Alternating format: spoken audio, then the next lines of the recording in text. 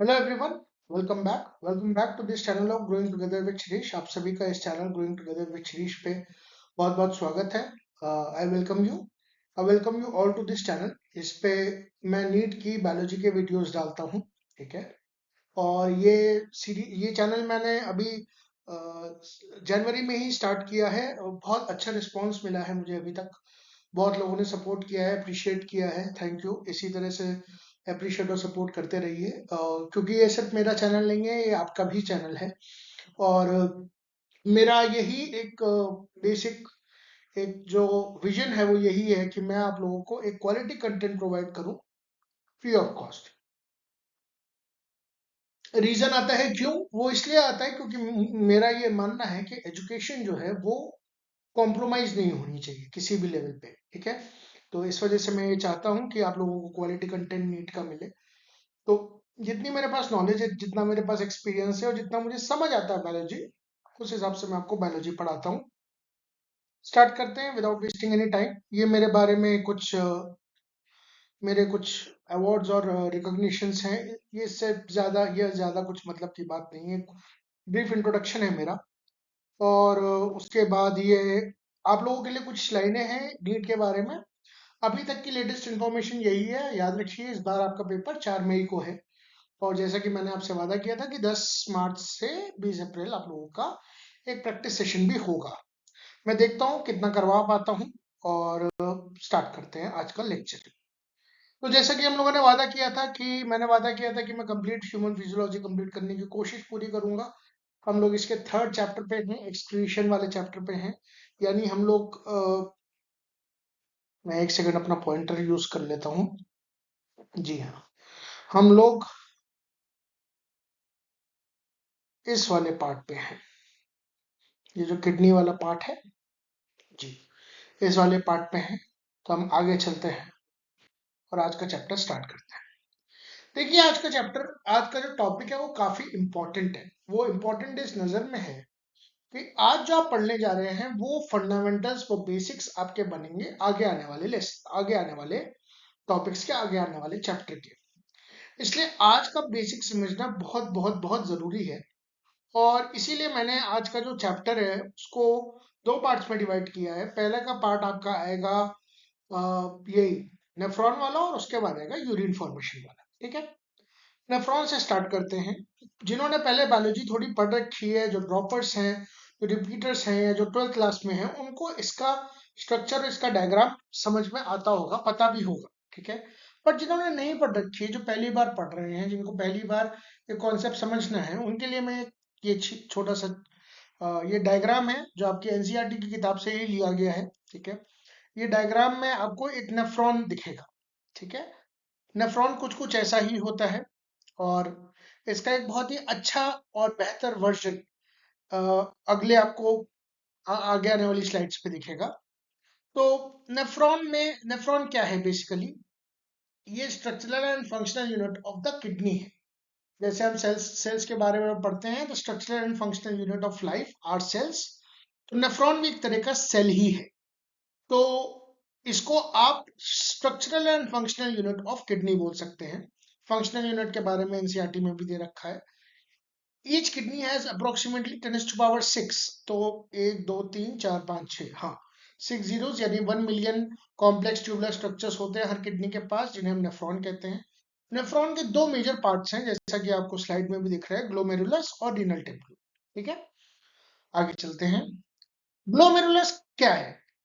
Glomerulus is a tuft of capillaries formed by efferent arteriole, a fine branch of the renal artery.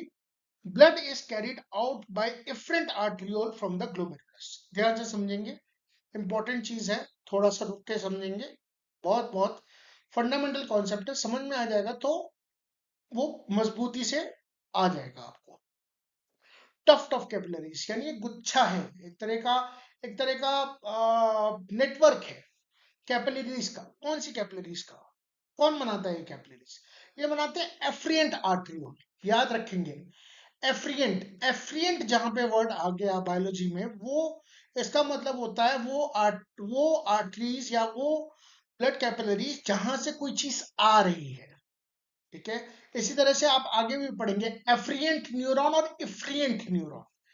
तो एफ्रिएंट मतलब आना और इफ्रिएंट मतलब exit. मैं जब आप लोगों की स्टेज में था तो मैं कैसे याद करता था कि एफ्रिएंट मतलब आना, ए से एफ्रिएंट, ए से आना, ई से एफ्रिएंट मतलब जाना यानी एग्जिट करना। एग्जिट का हम लोग ई से स्टार्ट करते हैं, तो एफ्रिएंट मतलब जाना।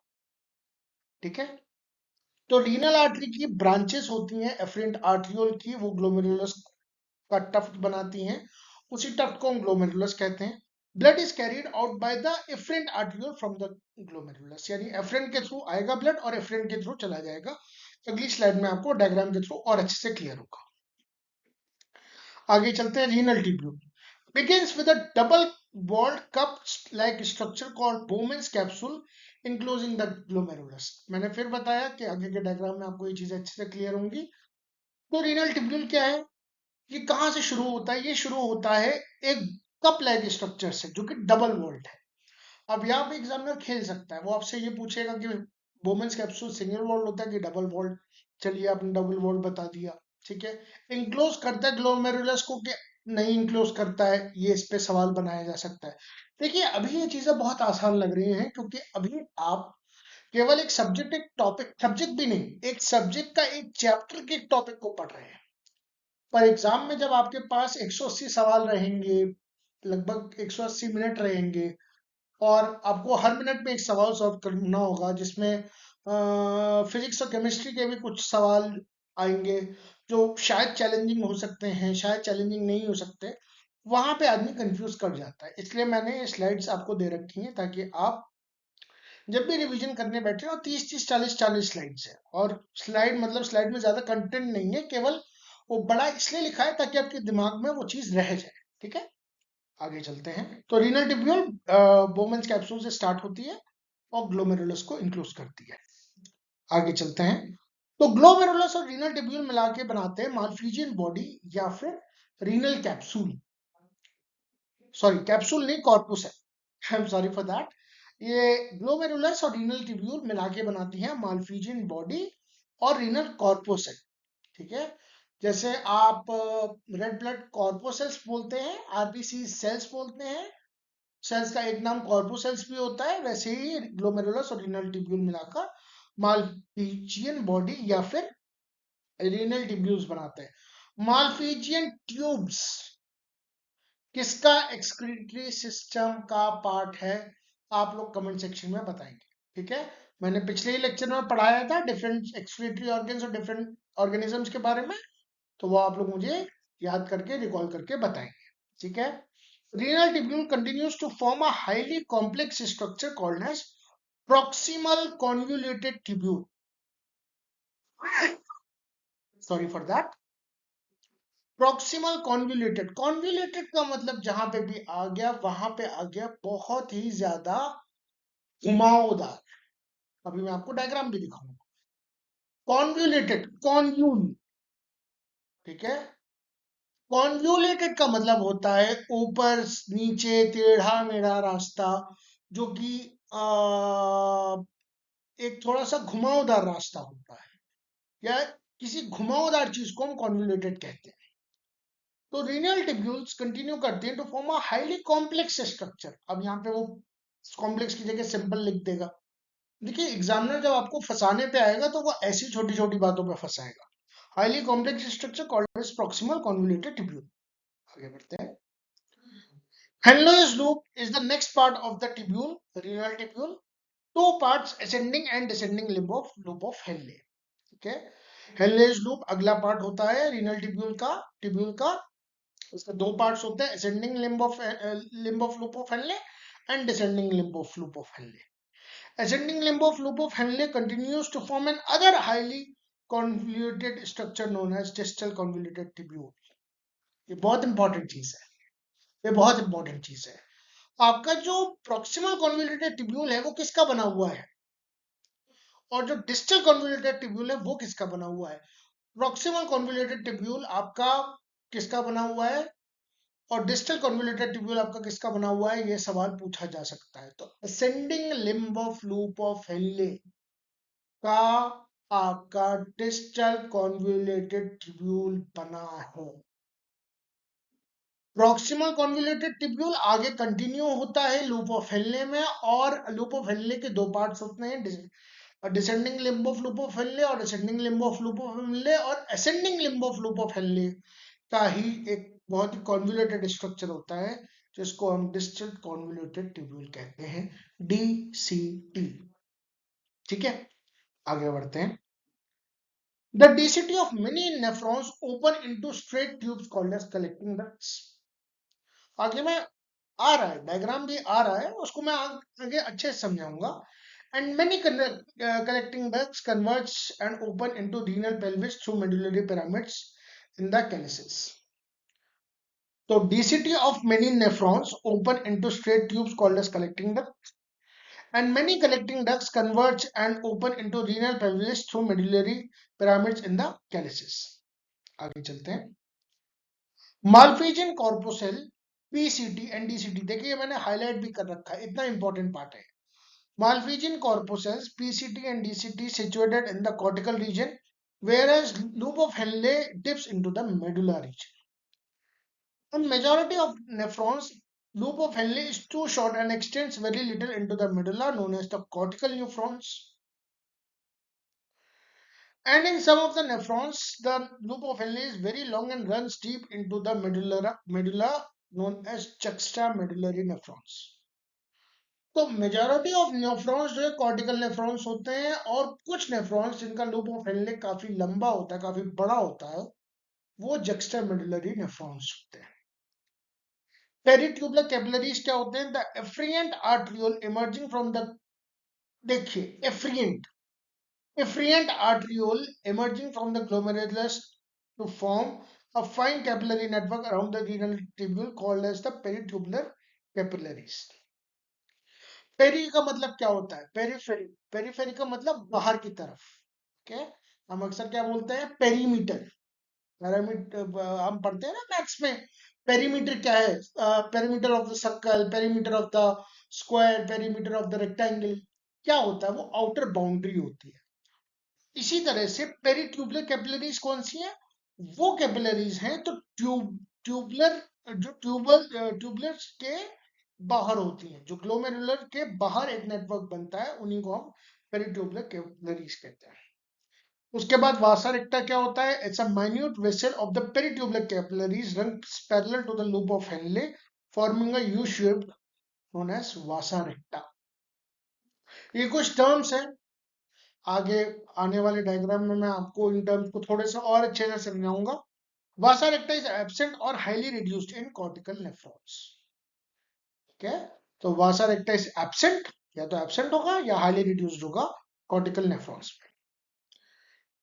अब आ जाइए, आपका डायग्राम आता है, यह सबसे इंपॉर्टेंट चीज है। देखिए, ध्यान से देखिए, क्योंकि यहां से सवाल बनेंगे और कंसेप्ट भी क्लियर होगा। मैंने आपसे क्या बताया था? एफरेंट आर्ट्रियोल का जो टफ्ट होता है, tuft of capillaries from the efferent arteriole form the glomerulus, and blood is carried from the efferent arteriole to the other parts। ठीक है, ये आप देख पा रहे हैं, efferent arteriole देख पा रहे हैं, और ये efferent है, यानी यहां से ब्लड आएगा, इन होगा, और यहां से ब्लड एग्जिट होगा। ठीक है, ये देखिए।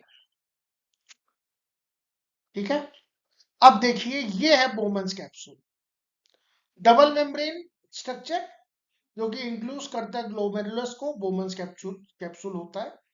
और देखिए, अब वुमेन्स कैप्सूल से ये जो आपको येलो कलर का एक ट्यूब जैसा स्ट्रक्चर दिख रहा है, हाईली कॉन्वोल्यूटेड कॉम्प्लेक्स स्ट्रक्चर। ठीक है, ये होता है आपका proximal convoluted tubule. Proximal convoluted tubule ही कंटिन्यू होकर आगे जाता है descending limb of loop of Henle. Descending limb of loop of Henle फिर आगे वो जो है वो होता है, आगे कंटिन्यू होता है, जो जाता है आपका ऊपर की तरफ, जो कहलाता है ascending limb of loop of Henle, और वो एक अगेन एक स्ट्रक्चर बनाता है जिसको आप कहते हैं distal convoluted tubule. Distal convoluted tubule के जो ओपनिंग्स होते हैं वो आखिर में जाके कलेक्टिंग डक्ट में कनेक्ट होते हैं। कोई कंफ्यूजन इस बात में? फिर से देखते हैं क्योंकि ये चीज इंपॉर्टेंट है। एफरेंट आर्ट्रियोल से आया आपका ब्लड कैपिलरीज का नेटवर्क, उसने टफ टफ कैपिलरीज बनाया, ग्लोमेरुलर बनाया, वहां से ब्लड गया एफरेंट आर्ट्रियोल की तरफ और ये आपके ब्लड की लाइनिंग है। ग्लोमेरुलस को इंक्लोज करता है, एक तरह से ढक के रखता है, इंक्लोज करता है बोमेंस कैप्सूल, जो कि डबल मेम्ब्रेन स्ट्रक्चर है, जो स्टार्ट होता है आपका और आगे कंटिन्यू होता है। ये रीनल ट्यूब्यूल का पार्ट है, याद करिए, ये रीनल ट्यूब्यूल का पार्ट है और ये आपका जाता है और यहां से ये आपका जाता है ये पूरा प्रॉक्सिमल कॉन्वोल्यूटेड ट्यूब्यूल की तरफ। कॉन्वोल्यूटेड मतलब घुमावदार, ठीक है, जो सीधा ना हो, कॉन्वोल्यूटेड हो, थोड़ा सा टेढ़ा मेढ़ा। ये यहां से गया और यहां से आपका प्रॉक्सिमल कॉन्वोल्यूटेड ट्यूब्यूल आया, जो गया गया नीचे की तरफ और ये कंटिन्यू हुआ descending limb of loop of Henle में। Descending limb of loop of Henle के बाद वो आगे कंटिन्यू हुआ और उसके बाद वो नीचे आया और वो गया सीधा आपका ascending limb of loop of Henle में, जो आगे कंटिन्यू हुआ डिस्टल कॉन्वोल्यूटेड ट्यूब्यूल में। अगेन डिस्टल का मतलब दूर, प्रॉक्सिमल का मतलब पास, ठीक है, डिस्टल का मतलब दूर, कॉन्वोल्यूटेड मतलब अगेन घुमावदार और ट्यूब्यूल मतलब ट्यूब से बना। ये आगे कनेक्ट हुआ और ये बन गया आपका कलेक्टिंग टनल। थोड़ा बहुत क्लियर हुआ? दोबारा पॉज करके देखेंगे, दोबारा डायग्राम समझेंगे और अच्छे से क्लियर होगा। अब ये देखिए, ये जो आपकी ब्लड कैपिलरीज हैं, अब वासा रेक्टा के बारे में क्या बताया था? Vasa recta is a U shape. ये देखिए, क्या ये यू शेप दिख रहा है? जी हाँ, U shaped structure that is found parallel to the loop of Henle और ये कॉर्टिकल नेफ्रॉन्स में पाए जाते, ठीक है। आगे चलते हैं। यही इसका एक थोड़ा सा और एडवांस्ड या एक कह लीजिए और डिफाइंड वर्जन है, जो मैं कहूंगा, जो कि मैंने अगेन गार्डन एंड हॉल की टेक्स्ट बुक से उठाया है, मेडिकल फिजियोलॉजी की टेक्स्ट बुक से उठाया है। आप लोग जब डॉक्टर बन जाएंगे या डॉक्टरी में आपका जब सिलेक्शन हो जाएगा, सॉरी डॉक्टर बनेंगे नहीं, जब आपका मेडिकल में सिलेक्शन हो जाएगा तो आप लोगों को ये किताब पढ़नी पड़ेगी। बहुत ही शानदार किताब है, जरूर पढ़िएगा और बहुत बहुत प्यार से लिखी हुई किताब है। तो अगर आप ये पढ़ेंगे तो मुझे लगता है कि आपका फिर फिजियोलॉजी वाला पेपर अच्छे से हो जाएगा, ठीक है। तो देखते हैं, हम फिर से इसमें थोड़ा सा देखते हैं। तो ये देखिए, एफरेंट आर्ट्रियोल से आया ग्लोमेरुलस और एफरेंट आर्ट्रियोल की तरफ गया, ठीक है। बोमन्स कैप्सूल एक कप शेप्ड स्ट्रक्चर है, जो कि गया गया गया गया, पहले बना proximal convoluted tubule, again convoluted मतलब घुमावदार, सीधा नहीं घुमावदार। उसके बाद गया वो नीचे नीचे नीचे नीचे नीचे लूप ऑफ हेनले में आया। लूप ऑफ हेनले क्या है? लूप ऑफ हेनले असेंडिंग और डिसेंडिंग, पहले डिसेंडिंग आया फिर असेंडिंग आया, descending limb of loop of Henle के बाद आगे और कन्वोल्यूटेड होता गया, जिसको हम डिस्टल कन्वोल्यूटेड ट्यूब्यूल कहते हैं। और लास्ट में ये डिस्टल कन्वोल्यूटेड ट्यूब्यूल घूमते घूमते घूमते घुमाते वापस आया कलेक्टिंग डक्ट्स की तरफ, ठीक है। ये एक और अच्छा डायग्राम है, आप इसको ध्यान से देखिए, पढ़िए, समझिए, याद करिए, क्योंकि फ्लो ऑफ ब्लड या फ्लो ऑफ जो यूरिन फॉर्मेशन है वो पूछा जा सकता है। और आगे आपका जो यूरिन फॉर्मेशन का एक्चुअल पार्ट है, अभी ये एक्चुअल पार्ट नहीं है, ये केवल केवल एक, जैसे कहते हैं ना, एक प्लेटफॉर्म है। एक्चुअल पार्ट जो है वो आपका उसमें वो आपको नजर आएगा, ठीक है। आगे चलते हैं। हाँ, तो यही चीज है, ये एफरेंट आर्टियोल है, ये टफ टफ वही कैपिलरीज है। उसके बाद इफरेंट आर्टियोल है, एफरेंट मतलब आना, इफरेंट मतलब एग्जिट होना, ठीक है। ये बोमन्स कैप्सूल है और ये आगे चल के रीनल ट्यूब्यूल ही प्रॉक्सिमल कॉन्वोल्यूटेड ट्यूब्यूल में आगे काम करता है। क्या बताया था? माल्पीजियन बॉडी को ही हम रीनल कॉर्पुसल कहते हैं। इसमें efferent efferent Bowman's capsule proximal convoluted tubule आता है। पीछे देखेंगे भी, याद भी करेंगे, ठीक है। यूरिन फॉर्मेशन को स्टार्ट करने से पहले मैं आप लोगों से फिर से आप लोगों का थैंक यू बोलना चाहूंगा, आप लोगों से थैंक यू कहना चाहूंगा कि आप लोगों ने बहुत ही सपोर्ट किया, मुझे बहुत प्यार दिया इस चैनल को। आपका अपना चैनल है ये और मैं इसी तरह से कोशिश करता रहूंगा कि क्वालिटी कंटेंट आए आप लोगों के पास। हर एक उस नीट एस्पिरेंट तक पहुंचे जो नीट की तैयारी करना चाहता है, घर बैठे करना चाहता है। मुफ्त के कंटेंट है ये, ठीक है। मुझे पढ़ाने का शौक है, इसलिए मैं पढ़ा रहा हूँ। और something that really satisfies my soul, ठीक है। पर ये जरूरी है कि ये जानना भी जरूरी है कि वो काम जिससे आपको थोड़ा सा सेटिस्फेक्शन मिलता है वो भी करना जरूरी है। तो टीचिंग मेरे लिए वही काम है, ठीक है। और इसी के साथ मैं ये कहूंगा कि जो लोग इस चैनल पे नए हैं वो प्लीज इस चैनल को लाइक शेयर सब्सक्राइब करें, कमेंट करें। आपको अच्छा लग रहा है, बुरा लग रहा है, कोई इसमें दिक्कत की बात नहीं है, आप प्लीज कमेंट कर सकते हैं। क्योंकि मैंने भी अभी नया नया ही कंटेंट डालना स्टार्ट किया है, तो मुझे सब कुछ नहीं पता है, अभी मुझे बहुत कुछ सीखना भी है, ठीक है। और बस इन्हीं शब्दों के साथ मैं आगे का जो क्लास कंटिन्यू करता हूँ। और हम अब पढ़ने जा रहे हैं यूरिन फॉर्मेशन, ठीक है। तो यूरिन फॉर्मेशन के 3 मेजर स्टेप्स जो आपके एनसीईआरटी की बुक में दे रखे हैं। सबसे पहले ग्लोमेरुलर फिल्ट्रेशन, रीएब्जॉर्प्शन और सिक्रेशन। ये कुछ कुछ ऐसा है कि जैसे मोस्टली लोगों ने इंडियन हाउस होल्ड में चाय जरूर पी होगी, चाहे चाहे वो दूध वाली चाय हो या वो पानी वाली चाय हो, बट चाय ज्यादातर लोग पीते हैं, या ग्रीन टी पीते हैं, या कावा चाय पीते हैं, या डिफरेंट पार्ट्स में डिफरेंट चीजें पीते हैं। बट चाय की एनालॉजी से आप अच्छे से समझ सकते हैं, ठीक है। तो चाय की जैसी छलनी होती है, जो सीव होता है चाय का, वो जैसे सारे उस कंटेंट को, मिक्सचर को वो कर लेता है। उसके बाद जो चाय पत्ती होती है, जो इलायची होती है, वो रह जाती है। इलायची की दाने नहीं, इलायची का कवर, जो इलायची का कवर होता है ग्रीन कलर का, इलायची तो अंदर होती है ब्लैक ब्लैक कलर की, जो ब्लैक और थोड़ी सी वैसी कलर की होती है। इलायची का जो कवर होता है वो जो रह जाता है, वो होता है आपका एक्सक्लूडेड पार्ट, और बाकी जो फिल्टर होके आता है वो आपको होता है फिल्ट्रेट, ठीक है। तो ग्लोमेरुलर फिल्ट्रेशन एक पहला इंपॉर्टेंट स्टेप है, उसके बाद रीएब्जॉर्प्शन है और फिर सिक्रीशन है।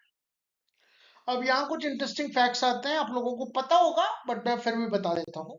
जैसे कि first step of urine formation is carried out bye glomerulus, ठीक है। ये तो एक बहुत ही कॉमन सी बात है, जिन्होंने पढ़ रखा है उनके लिए तो बिल्कुल नया नहीं है, पर जिन्होंने नहीं पढ़ रखा उनके लिए शायद ये चीज नहीं है। तो 1100 से 1200 ml of blood is filtered bye kidney पर मिनट। आप देखिए हमारी बॉडी कितनी वेल रेगुलेटेड है और कितनी एफिशिएंटली काम करती है, ठीक है। अगर मैं ये कहूँ कि सेल या पूरी की पूरी ह्यूमन बॉडी एक बहुत शानदार मशीन है, तो शायद ये स्टेटमेंट गलत नहीं होगा। बहुत बहुत शानदार मशीन है। और आप लोग जब मेडिकल उसमें जाएंगे, जब प्रोफेशन में जाएंगे, तो आपको समझ में आएगा कि भगवान ने, ऊपर वाले ने कितनी खूबसूरती से इस मशीन को डिजाइन किया हुआ है, ठीक है। तो 11 ml 1100 ml से 1200 ml के बीच में ब्लड फिल्टर होता है। ये लगभग 1/5 है, क्योंकि हम लोगों ने पढ़ा था लगभग 5-5.5 लीटर का ब्लड फ्लो होता है। लगभग 1/5 है of the blood pump by each ventricle of the heart in a minute. याद रखिएगा दोस्तों, हर चैप्टर इंटरकनेक्टेड है। गैसेस एक्सचेंज से सर्कुलेटरी सिस्टम इंटरकनेक्टेड है, सर्कुलेटरी से रीनल इंटरकनेक्टेड है, ठीक है। तो glomerular blood pressure causes the filtration, ठीक है। ये इंपॉर्टेंट है कि क्या ब्लड प्रेशर, कौन सा ब्लड प्रेशर जो है वो फिल्ट्रेशन कॉज करता है। तो वहां पे बहुत सारे स्टेटमेंट आए देंगे जिसमें होगा glomerular blood pressure causes the filtration through 3 layers. 3 layers में, ये 3 लेयर्स के से छन छन कर आपका फिल्ट्रेट आता है। आप समझ लीजिए 3 सीव्स हैं, 3 छलनियां हैं, उनसे आप चाय छान रहे हैं, और वो 3 छलनियों की वजह से फिल्ट्रेशन हो रहा है। Pressure, glomerular blood pressure causes the filtration through this 3 layers.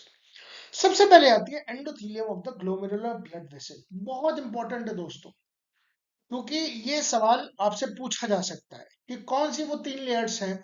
इसको आप स्ट्रक्चरल ऑर्गेनाइजेशन ऑफ एनिमल्स से कनेक्ट कर भी कर सकते हैं। Endothelium of the glomerular blood vessel, ये पहली लेयर होती है। उसके बाद epithelium of the Bowman's capsule, और उसके बाद आती है basement membrane between these 2 layers, ठीक है। Endothelium of the glomerular blood vessel, मैं एक एक बात को बार बार इसलिए कह रहा हूं ताकि आपको ये चीजें याद हो जाए, ठीक है। क्योंकि बायोलॉजी में याद करना जरूरी है। अल्टीमेटली आपको सिलेक्शन चाहिए। आपके पास कितनी भी नॉलेज क्यों ना हो, अगर आप सवाल सॉल्व नहीं कर रहे हैं या नहीं कर पा रहे हैं, तो आपकी पढ़ाई का ज्यादा कोई फायदा है नहीं, ठीक है, वो गलती मत करिए जो मैं कर चुका हूं। मैं अपनी गलतियों से ही आपको बता रहा हूं कि ज्यादा नॉलेज नहीं, ज्यादा प्रैक्टिस की जरूरत है। Endothelium of the glomerular blood vessel, ये पहली लेयर है। उसके बाद है epithelium of the Bowman's capsule, और इन दोनों के बीच में basement membrane between these two layers.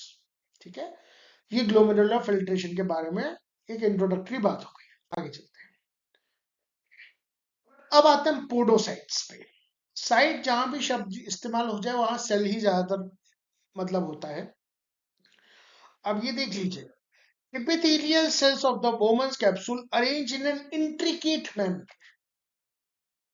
इसके वजह से क्या होता है, minute spaces called the filtration slits और स्लिट पोर्स।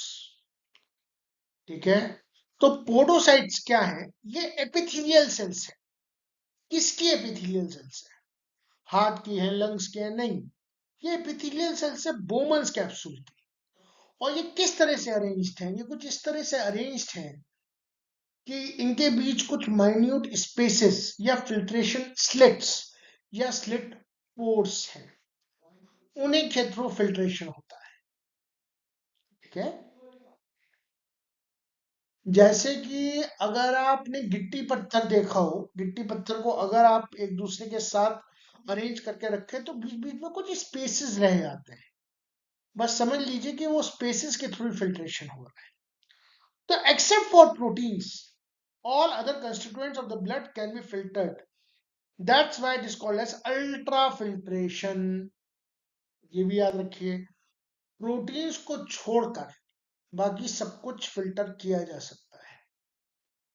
प्रोटीन्स क्यों नहीं फिल्टर की जा सकती, क्योंकि अगर प्रोटीन्स फिल्टर होने लगी, इनफैक्ट ये एक बहुत बड़ा टेस्ट भी होता है। जैसे जब हम बायोकेमिकल टेस्ट देते हैं या कल्चर टेस्ट देते हैं, उसमें हम यूरिन सैंपल जब देते हैं बायोकेमिस्ट्री लैब में या पैथोलॉजी लैब में, तो हम यूरिन सैंपल्स भी देते हैं।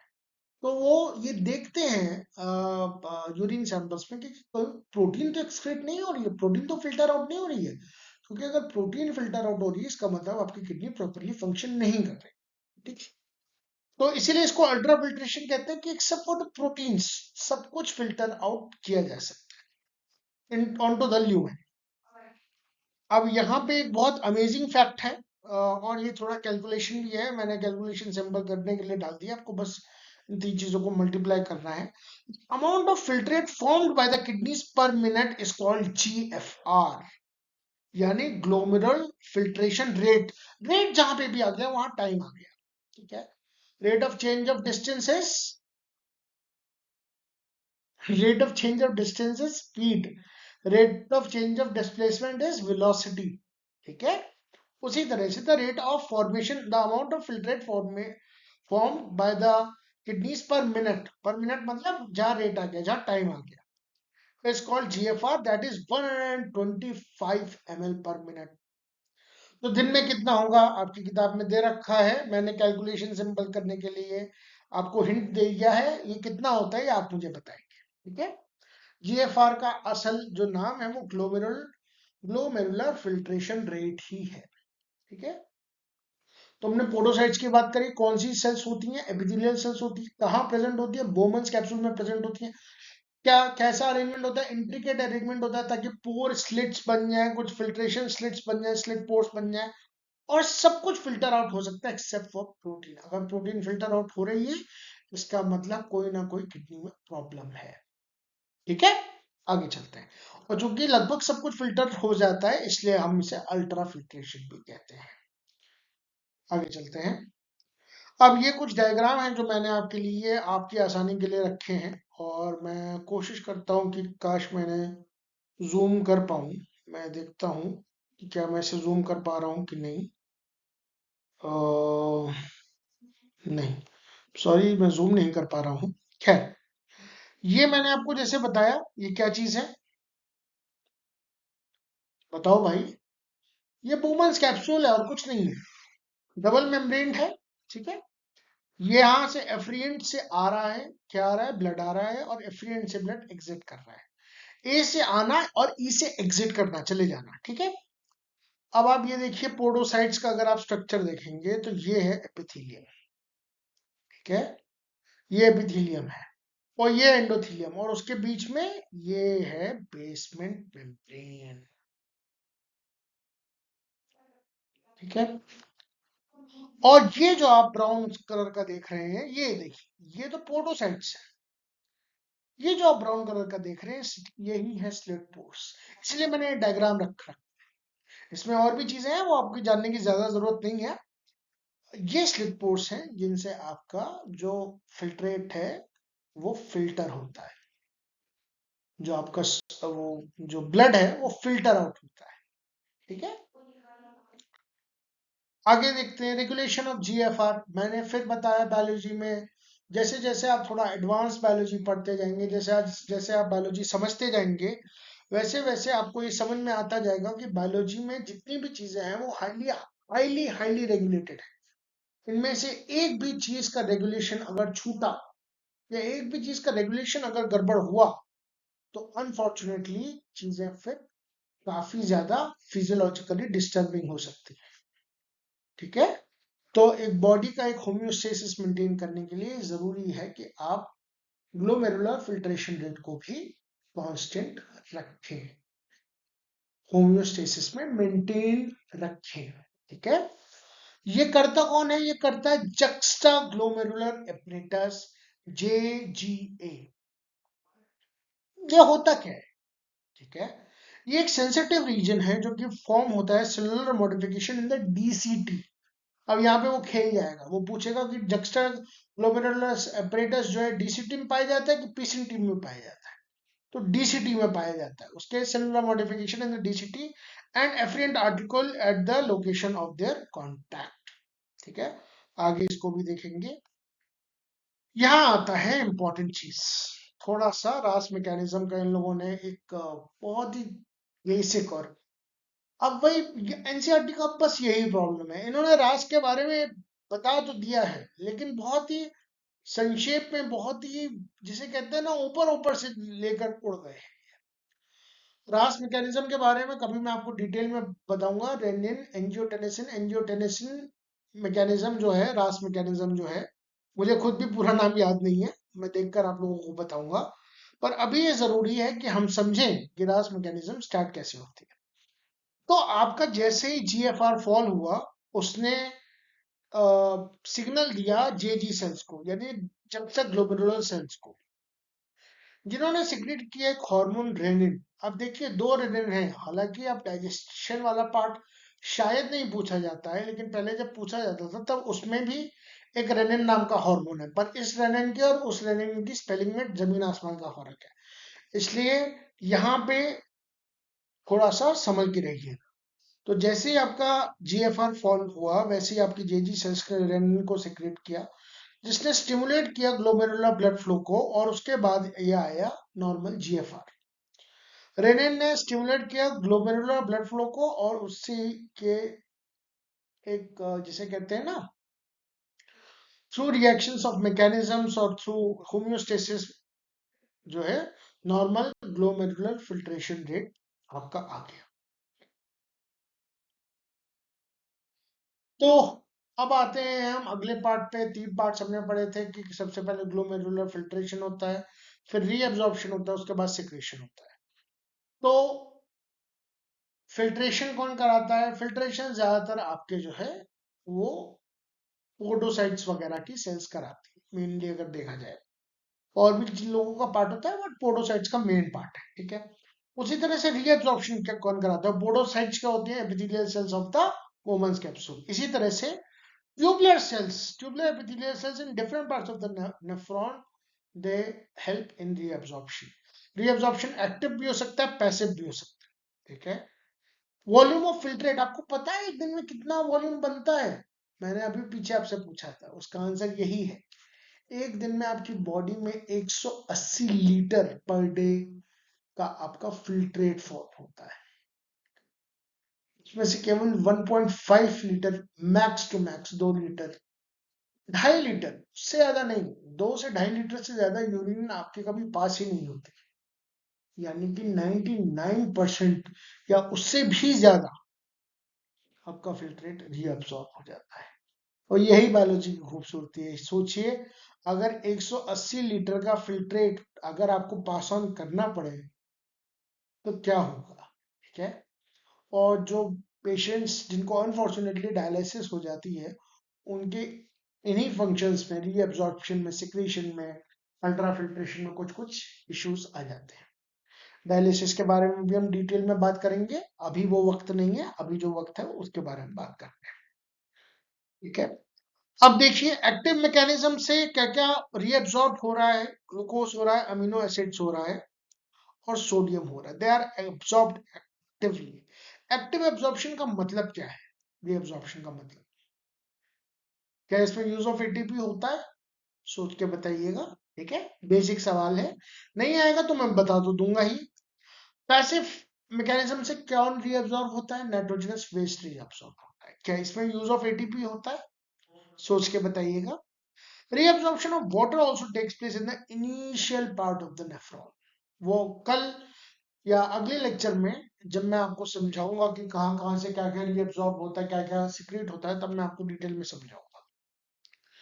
तो ग्लूकोज हमारी बॉडी के लिए जरूरी है, ठीक है, क्योंकि ग्लूकोज को ब्रेक डाउन करके एनर्जी मिलती है, इसलिए उसका रीअब्सॉर्प्शन जरूरी है। इनफैक्ट जब ग्लूकोज यूरिन में प्रेजेंट होता है तो वो एक कंडीशन डायबिटीज की भी होती है।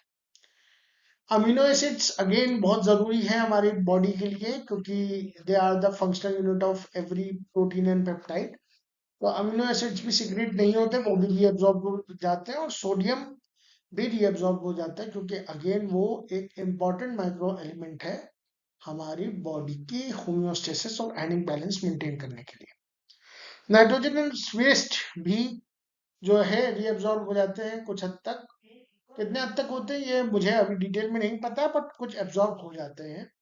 क्यों एब्जॉर्ब हो जाते हैं, क्योंकि नाइट्रोजनस वेस्ट जो है वो टूटते हैं और वो बनाते हैं कुछ ऐसे कंपाउंड्स जो नाइट्रोजन कंटेनिंग कंपाउंड्स है और आपकी बॉडी के लिए काफी रिक्वायर्ड है, जैसे कि प्यूरिन्स और पेरिमिडीन्स। बायोमोलिक्यूल्स में इस चीज को डिटेल में डिस्कस करेंगे। उसके बाद वाटर का रीअब्जॉर्प्शन भी होता है, ठीक है, initial part of the nephrons. आगे चलते हैं। उसके बाद सेक्रीशन भी होता है। तो तीन चीजें होती है, ग्लोमेरुलर फिल्ट्रेशन होता है यूरिन फॉर्मेशन में, रीअब्जॉर्प्शन और सेक्रीशन होता है। सेक्रीशन में यही दो लाइनें हैं। ट्यूबुलर सेल्स, वहां पे the epithelial cells of the Bowman's capsule, जो कि पोडोसाइट्स भी है, फिल्ट्रेशन में काम करती हैं। यहाँ पे रीअब्जॉर्प्शन और सेक्रीशन में ज्यादातर ट्यूबुलर सेल्स काम करती हैं। दे सीक्रेट सब्सटेंसेस लाइक पोटेशियम और proton or ammonia into the filtrate. Tubular secretion is important as it helps in maintenance of ionic and acid balance of the body fluids. Actually ये सिर्फ आपका excretion का काम नहीं होता है, ठीक है। किडनी का काम सिर्फ excretion का नहीं होता, ऑस्मो रेगुलेशन का भी होता है। आपको आपने अक्सर देखा होगा कि जब भी किसी पेशेंट को बहुत ज्यादा प्रॉब्लम हो जाती है, कि एक्सीडेंट हो जाता है अनफॉर्चुनेटली, या कोई डायरिया जैसी कंडीशन हो गई, तो उसको नॉर्मल सलाइन चढ़ाया जाता है, ठीक है। नॉर्मल सलाइन इसलिए चढ़ाया जाता है ताकि ब्लड की ऑस्मोलरिटी मेंटेन रहे। आगे चलते हैं। तो बस ये एनसीईआरटी के आपके स्नैपशॉट्स हैं, ठीक है। ये कुछ चीजें हैं जो मैं हमेशा डालता हूँ आपके लिए, ताकि आप जो है इन नोट्स को पढ़ें, किताब पढ़ने की आदत डालें, क्योंकि अल्टीमेटली आपको किताब पढ़नी ही पड़ेगी। आप कोई भी कोर्स लें, कोई भी सब्जेक्ट पढ़ें, अल्टीमेटली आपको किताब की बुक रीडिंग की हैबिट होनी चाहिए, ठीक है। और ये अगेन कुछ चीजें हैं जो आपको समझ में आनी चाहिए। ये कुछ क्वेश्चंस हैं ट्रू एंड फॉल्स बेसिस के, ठीक है। और ये उसमें भी पूछे जा सकते हैं कि एग्जाम में भी ऐसे घुमावदार सवाल आ सकते हैं, सेशन रीजनिंग में आ सकते हैं। Statement one, statement two, true and false, assertion is true, reason is false, assertion is false, reason is true, both assertion and reasoning are true, both assertion and reasoning are true, but uh, reasoning is not correct in comparison to the assertion। ऐसे करके जो सवाल आते हैं उनमें से कुछ सवाल हैं जो बनाए जा सकते हैं। तो बताइए, एक, दो, तीन, चार और पांच, ठीक है। ये पांच सवाल हैं, इनमें से कौन से कितने ट्रू हैं, कितने फॉल्स हैं, आप मुझे कमेंट करके बताएंगे। इन सवालों को अच्छे से देखिए, मैं डिस्कस नहीं करूंगा क्योंकि मैं ये जानना चाहता हूं कि आप में से कितने लोग एंड तक वीडियो को देखते हैं और सुनते हैं लेक्चर को बहुत ईमानदारी से, बहुत पेशेंस के साथ। ठीक है, पहला सवाल है, the Henle's group is a part of Malpighian tubule. Check it out. The reabsorb part of the urine constitutes about 99% of the total filtrate. पता नहीं। Kidney has a significant role in the excretion of ammonia. Don't know. Ultrafiltration includes all the components of the blood, including proteins. Don't know. Reabsorption is exclusively an active process. पता नहीं। तो ये कुछ 4-5 सवाल हैं जिनके आपको ट्रू एंड फॉल्स में जवाब देने हैं। मुझे उम्मीद है कि ये कंसेप्ट चेक जो मैं सवाल डालता हूँ, देखिए ऐसा है कि आपका जितना कंसेप्ट क्लियर होगा उतना आपके लिए बेहतर होगा, उतना आप अच्छे से सवालों को समझ पाएंगे और एग्जामिनर के जाल में फंसने से खुद को बचा पाएंगे। ठीक है, क्योंकि वहां प्रेशर बहुत इंटेंस होगा। 180 सवाल 180 मिनट में करने हैं, अपने आप को साबित करना है, अच्छी रैंक लानी है, अच्छे से प्रेजेंट करना है। तो जितनी प्रैक्टिस करेंगे उतना अच्छा रहेगा। बाकी प्रैक्टिस सेशन तो मैं ला ही रहा हूं, practice session coming. Thank you so much, आप लोग यहाँ तक बने रहे और आज की क्लास यही खत्म होती है। आज हम लोगों ने यूरिन फॉर्मेशन के बारे में सीखा और आज हम लोगों ने नेफ्रॉन की थोड़ी सी एनाटॉमी और फिजियोलॉजी के बारे में जानने की कोशिश करी। इस चैनल पे बने रहने के लिए, इस चैनल को सपोर्ट देने के लिए thank you, thank you, thank you so much. आप लोगों का प्यार और आप लोगों की ब्लेसिंग्स बनी रहेंगी तो ये चैनल और तेजी से और ज्यादा ग्रो करेगा और ज्यादा तक लोगों तक रीच पहुंचेगी इसकी।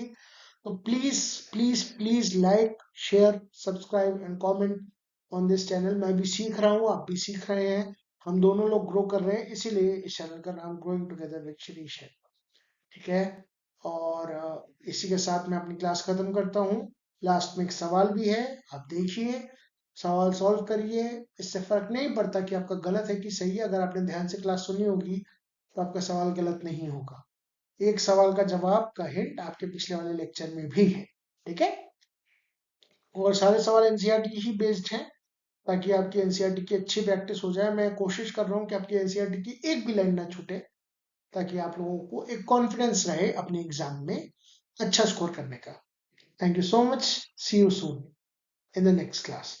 नेक्स्ट क्लास में हम मोस्ट प्रोबेबली इसका नेक्स्ट टॉपिक पढ़ेंगे जो है शायद से आपके डिफरेंट कलेक्टिंग ड्रग्स के बारे में है और शायद मिक्सिंग न्यूट्रिशन के बारे में, यूरिन फॉर्मेशन न्यूट्रिशन के बारे में है कि कहाँ से क्या एब्जॉर्ब होता है, कहाँ से क्या सिक्रीट होता है, वो सब चीजें पढ़ेंगे। Okay, bye, take care, all the best.